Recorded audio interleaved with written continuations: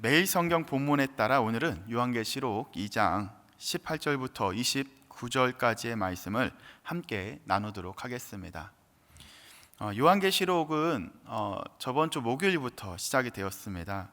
목요일은 서론 부분이 소개가 되었고요. 그리고 둘째 날인 금요일은 요한이 patmos섬에서 받은 음성에 대해서 소개가 되었을 것입니다. 그리고 토요일부터 시작이 된 것이요, 7교회가 소개가 됩니다. 토요일 날 일곱 교회가 에베소 교회가 소개가 됐고요. 주일은 서머나 교회, 버가모 교회가 소개가 되었습니다. 그리고 오늘은 두아디라 교회가 소개가 될 것입니다. 그리고 내일은 사뎃 교회와 빌라델피아 교회를 소개하고요. 수요일에 라우디게아 교회 7개 교회가 이렇게 소개가 되고 7교회에 대한 예언은 마치게 됩니다.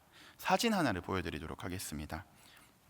지도를 보시게 되면 조금 잘 안 보일 수도 있겠지만 patmos섬이 오른쪽, 제가 볼 때는 왼쪽 아래쪽에 patmos섬이 있습니다. 그곳에서 가장 가까운 곳이 에베소입니다. 에베소 교회부터 위쪽, 그러니까 오른쪽으로 돌게 되면 돼요. 어떻게 되냐면 에베소 교회가 제일 먼저 나오고 그 위에 서머나 교회가 보이고요. 그 위에 버가모 지역, 그 오른쪽이 두아디라 지역, 그 밑에가 사뎃, 빌라델피아, 라우디게아. patmos섬 중심으로 이렇게 오른쪽으로 돌면 그 교회들이 나오는 걸 볼 수 있습니다. patmos섬에서 요한은 성령에 크게 감동되어서 큰 음성을 듣게 됩니다. 그 음성을 듣게 된 내용을 그 소아시아 7교회에게 보내는 내용으로 요한계시록은 시작이 됩니다. 그러면 우리가 요한계시록 1장 10절부터 11절의 말씀을 우리 다 같이 읽어보도록 하겠습니다. 시작. 주의 날에 내가 성령의 감동이 되어 내 뒤에 나는 나팔 소리 같은 큰 음성을 들으니 이르되 내가 보는 것을 두루마리에 써서 어디에? 에베소, 서머나, 버가모, 두아디라, 사뎃, 빌라델비아, 라우디게아 등 7교회에 보내라 하시기로. 네. 아까 지도를 보면 아시듯이 patmos섬 기준으로 오른 방향으로 이제 교회 이름들이 나오는 걸 볼 수 있습니다. 아시겠지만 서머나 교회와 빌라델피아 교회는 책망을 받지 않았습니다. 그러나 오늘부터 이 7교회에게 예수님께서 무엇을 전하고 싶어 하시는지, 그들이 책망받는 모습이 무엇이 있었고, 그리고 또한 칭찬받는 모습은 무엇이 있었고, 그들이 이젠 주의해야 될 모습들은 어떤 모습이 있는지를 하나하나씩 집중해서 살펴보도록 하겠습니다. 오늘 두아디라 교회를 다루기 전에 에베소, 서머나, 버가모 교회도 아주 짧게 다루도록 하겠습니다. 왜냐하면 토요일과 주일날은 우리가 매일 성경을 안 하기 때문에요, 이 에베소, 서머나, 버가모 교회를 보지 못했습니다. 그래서 오늘은 4개 교회를 다 봐야 돼요. 에베소, 서머나, 버가모, 두아디라 교회를 다 봐야 하기 때문에요, 제가 한 단락씩, 그러니까 에베소 교회, 서머나 교회, 버가모 교회는 정말 짧게 요약만 해드리도록 하겠습니다. 먼저는 에베소 교회를 보도록 하겠습니다. 에베소 교회에 예수님께서 어떤 이름으로 등장을 하냐면요, 보통 카테고리를 이렇게 나누시면 좋아요. 교회를 딱 그리시고 에베소 교회 하면 에베소 교회에 나타난 예수님의 표현이 무엇인지, 예수님의 이름은 어떻게 표현되었는지 보시고요. 두 번째는 그 교회가 어떤 칭찬을 받았는지, 세 번째는 그 교회가 어떤 책망을 받았는지, 그리고 그 세례 요한이 그 교회에게 무엇라고 권고하고 권면하는지 보시고요. 마지막으로는 어떠한 약속을, 어떠한 보상을 줄 것인지에 대해서 보시면 됩니다. 에베소 교회에 나타난 예수님의 이름은요, 7별과 1급 등대를 주장하는 이라고 표현됩니다. 그리고 그 교회는 어떤 칭찬을 받았냐면요, 행위와 수고가 있었고 악한 자들을 용납하지 않았다고 칭찬을 받습니다. 그러나 이 교회가 칭찬을 받은 동시에 책망받은 내용은 뭐죠? 처음 사랑을 버렸다고 책망을 받는 거죠.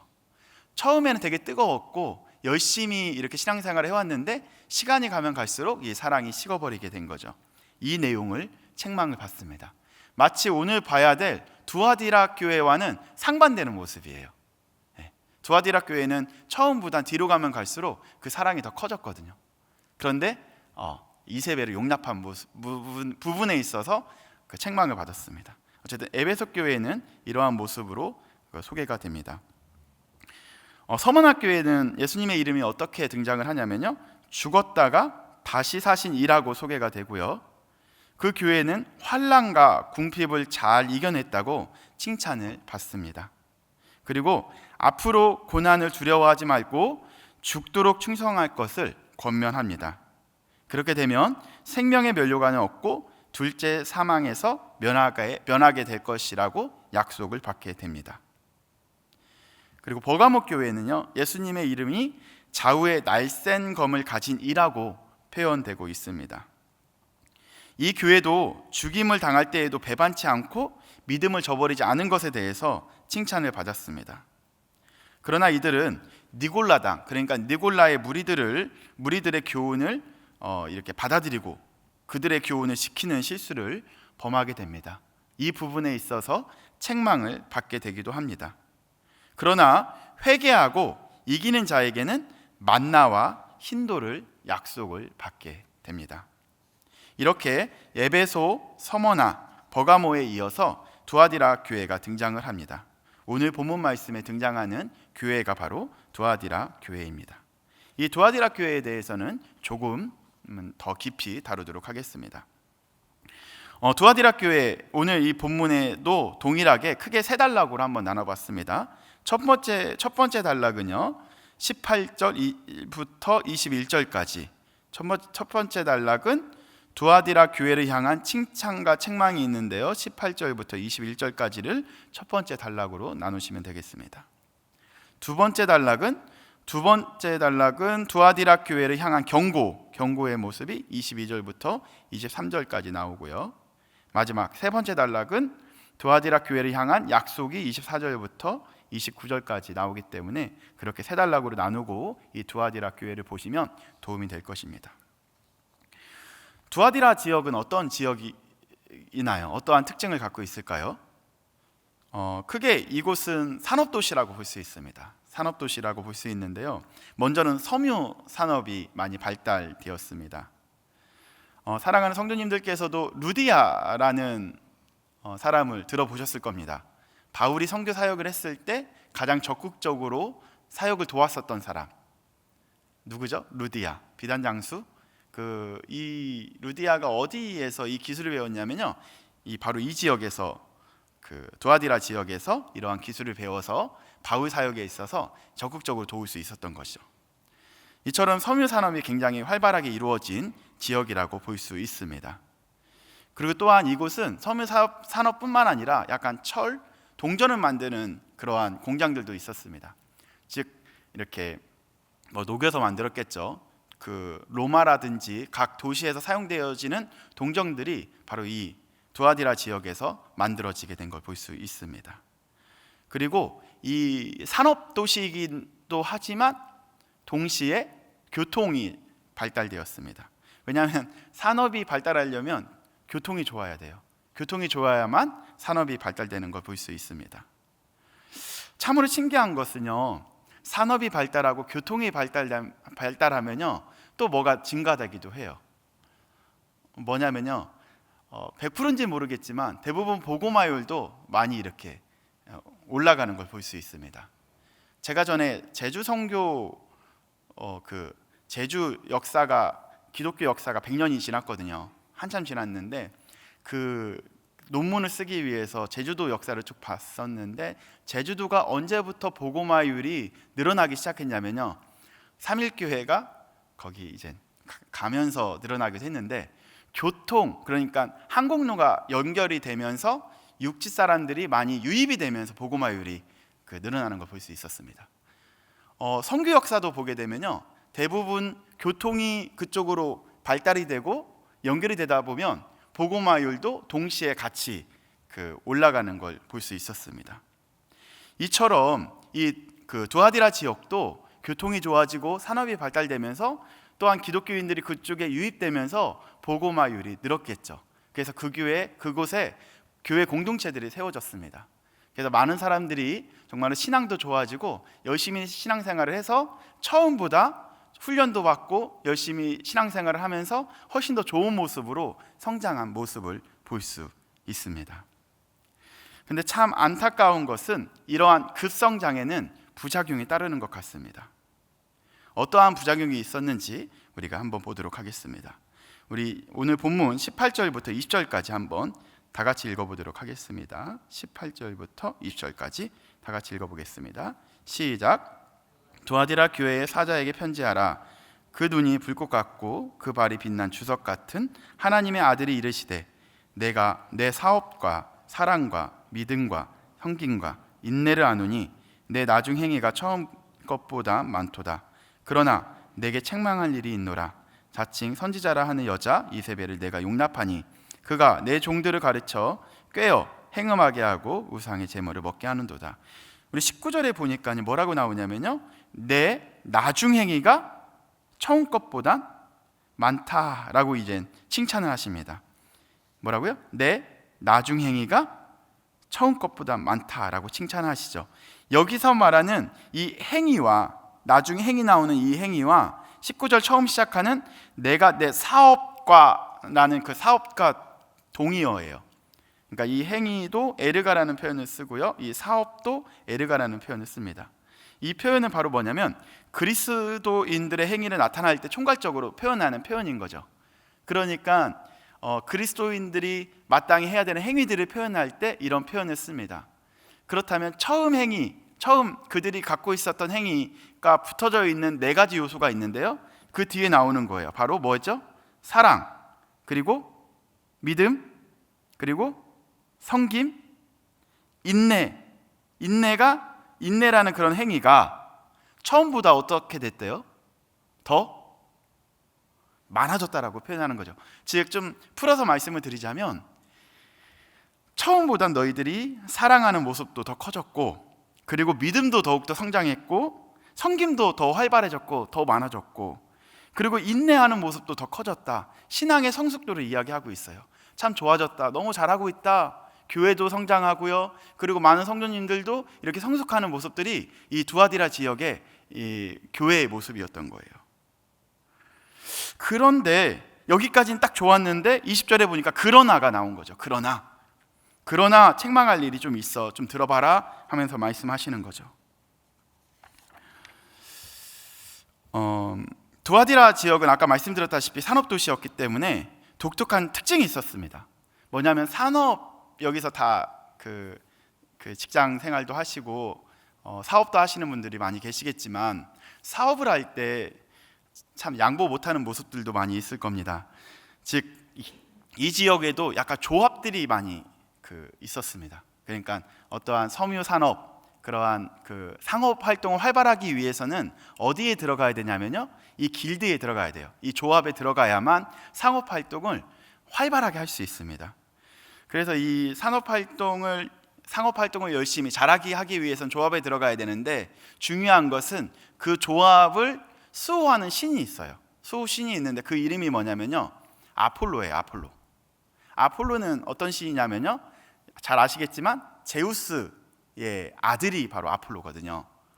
그리고 이거를 또 신격화하기 위해서 그러니까 예수님이 돌아가신, 그러니까 주후 83년 이후에 도미티아누스의 황제의 아들이 별이 되어서 제우스의 아들이 되었다라고 또 이야기도 하거든요. 어떠한 이러한 그 문화 속에서 그 아폴로가 자신들을 수호한다라고 믿고 있어요. 그래서 그들이 이러한 제의적인 표현을 할 때 하는 행위들이 음란한 행위인 거예요. 그래서 그런 행위들을 해야만, 그의 가르침을 들어야만 그 상업 활동을 조금 더 활발하게 할 수 있는 거죠. 다시 한번 풀어서 말씀드리자면 어느 정도 타협을 해야만이 그 도시에서 성공할 수 있는 사람이 되는 거예요. 고민이 되겠죠. 내가 이곳에서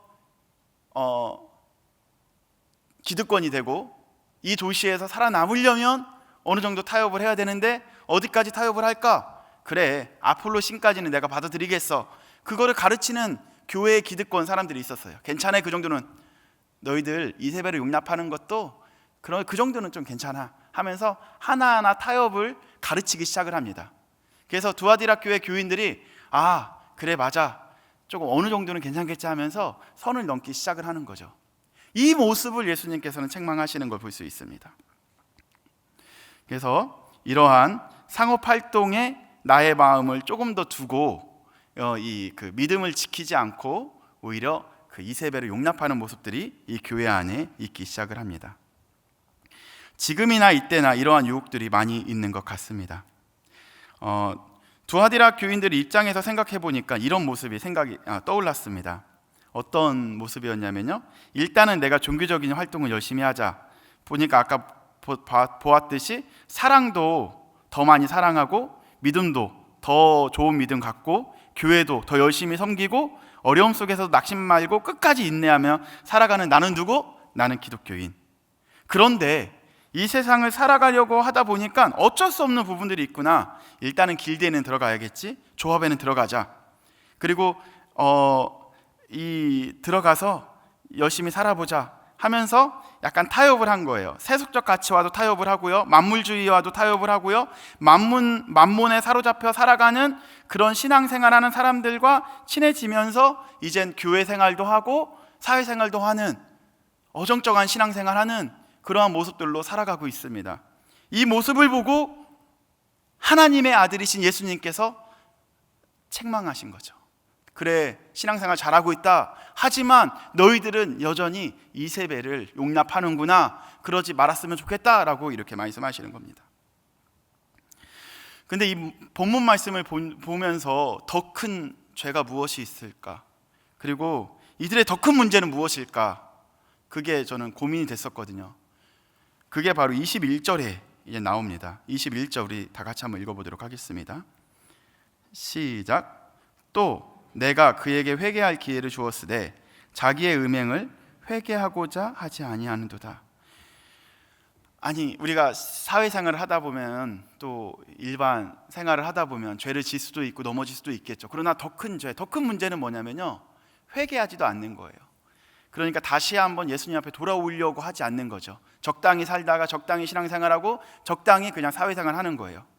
그러나 예수님께서는 그들에게 기회를 준 거예요. 돌아와라, 돌아와라, 다시 한번 나에게 돌아와라 라고 이야기하고 있습니다. 더 큰 죄는 회개하지 않고 돌아서지 않는 것이 더 큰 죄라고 볼 수 있습니다.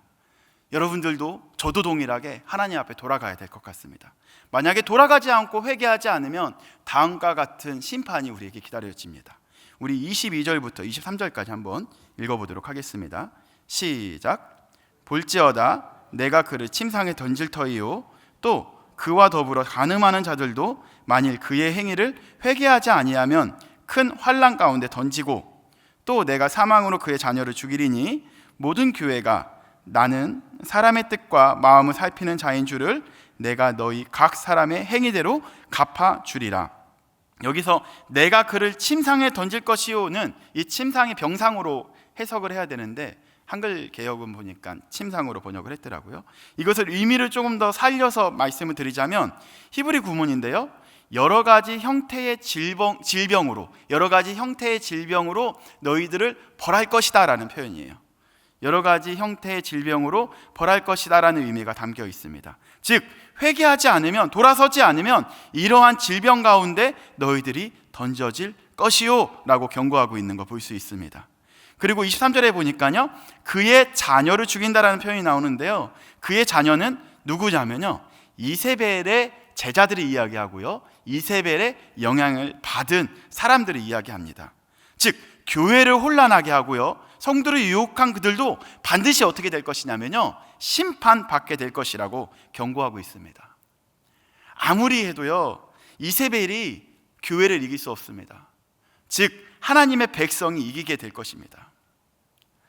저는 이 말씀을 연구하면서 이번 연초인가 저번 연초인가는 기억이 나지 않지만요, 담임 목사님께서 하셨던 말씀이 생각이 났습니다. 뭐냐면은 빠르게 가는 것보단 바르게 가는 것이 중요하다. 다시 한번 말씀드릴게요. 빠르게 가는 것보단 바르게 가는 것이 중요하다는 말씀이 떠올랐습니다. 사랑하는 성도님들께 중요한 사실 하나만 말씀드리고 설교를 마칠까 합니다. 1세기를 봐도요, 두아디라 교회 교인들을 보니까요, 그 성도들이 경제적인 손해를 감수하면서 끝까지 이세벨에게 굴복하지 않은 이들이 많이 있었습니다.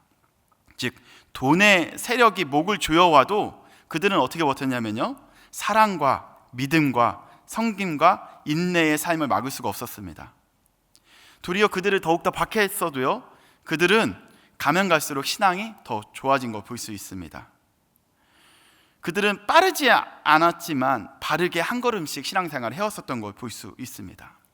저도 사회생활을 했었을 때 가장 안타까웠던 것이 주위에 기독교인이라고 하지만 정말 이 그러니까 타협하는 기독교인들만 많이 봐서 안타까웠습니다. 즉 뭐냐면, 저는 사회생활을 인천과 판교 쪽에서 사회생활을 했었거든요. 연구소에서 일을 하면서 저도 기독교인이라고, 예를 들어서 저는 술을 먹지 않습니다라고 이야기했는데 저만 안 먹는 거예요. 이 과장님도 술도 드시고 저 사람도 그러고 끝나고 또 좋은 데도 가시고 막 그러시더라고요. 교회 다니시는데 저는 충격을 받은 거예요. 그럼 믿는 사람이 어디 있지? 나만 조금 독특한 건가? 나만 조금 유별난 건가라는 생각 때문에 너무 하루하루 힘들게 살았어요. 그런데 이렇게 그 신앙생활을 그렇게 버티다가 어쨌든 제가 이 목회자가 되고 돌아왔는데, 청년들이랑 이야기하다 보니까 청년들도 이런 고민을 많이 하더라고요. 저와 동일하게. 사회생활을 하고 회사 생활을 하다 보면 타협 어디까지 해야 되는지에 대해서 몰라서 너무 힘들어해요. 그래서 같이 고민하면서 그분들도 역시 세상의 가치와 그런 거에서 구별되려고 발버둥 치는 모습을 보고 너무 정말 놀랐습니다. 그래서 이번 주도 같이 나누면서 무슨 이야기를 했냐면요, 저도 그러한 타협하지 않으려고 조금 더 신앙시키려고 발버둥 쳤었는데 그때 인천과 판교 지역에는 이런 분들이 없었는데 다 삼일교회에 모여 있었나 봅니다라고 내가 말씀드렸거든요. 사랑하는 성도님들, 우리도 빠르게 가지 않고 바르게 한 걸음 한 걸음씩 타협하지 않고 정말 예수님께서 말씀하셨던 것처럼 우리의 가치를 이 땅에 두지 않고 하나님 나라에 두면서 한 걸음 한 걸음 신앙생활하고 가면 좋겠다라는 생각을 하게 됩니다. 주님께서는 이러한 것을 요구하시는데 어떤 것을 요구하시냐면요, 주님 오실 그날까지 선한 믿음의 싸움, 믿음의 행위를 굳게 잡으라고 말씀하십니다. 이미 예수님께서는 우리에게, 하나님 백성들에게 이길 수 있는, 이 세상을 이길 수 있는 권세를 우리에게 주셨고요, 마지막으로 새벽별 대신 예수 그리스도를 우리에게 보내주셨습니다.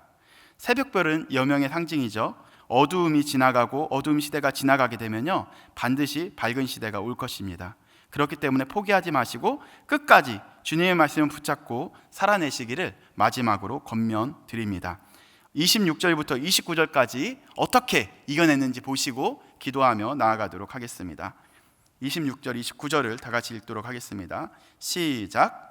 이기는 자와 끝까지 내 일을 지키는 그에게 만국을 다스리는 권세를 주리니 그가 철장을 가지고 그들을 다스려 질그릇 깨트리는 것과 같이 하리라. 나도 내 아버지께 받은 것이 그러하리라. 내가 또 그에게 새벽별을 주리라. 귀 있는 자는 성령이 교회들에게 하시는 말씀을 들을지어다. 아멘. 잠깐 기도하며 다시 한번 나아가면 좋겠습니다. 하나님, 여전히 우리는 부족하고 또한 넘어집니다. 세상이라는 유혹이, 또한 이세벨이 가르치는 그런 교훈들이 우리에게 달콤하게 다가올 때가 많이 있습니다. 외부적인 핍박보단 오히려 우리가 넘어지기 쉬운 부분들이 이러한 그 유혹들입니다. 주님, 이런 부분에 있어서 우리가 타협하지 아니하고 주님께서 주신 그 말씀 부여잡고 붙잡고 끝까지 이길 수 있는 귀한 신앙인 되게 해달라고 우리 귀한 성도님들과 내 자신을 위해서 기도하며 나아가면 좋겠습니다. 오늘도 승리하게 해달라고 기도하며 나아가도록 하겠습니다. 우리 기도하겠습니다. 할렐루야. 주 아버지 감사드립니다. 주님께서 우리에게 새벽별을 허락하시고 또한 주님께서 주신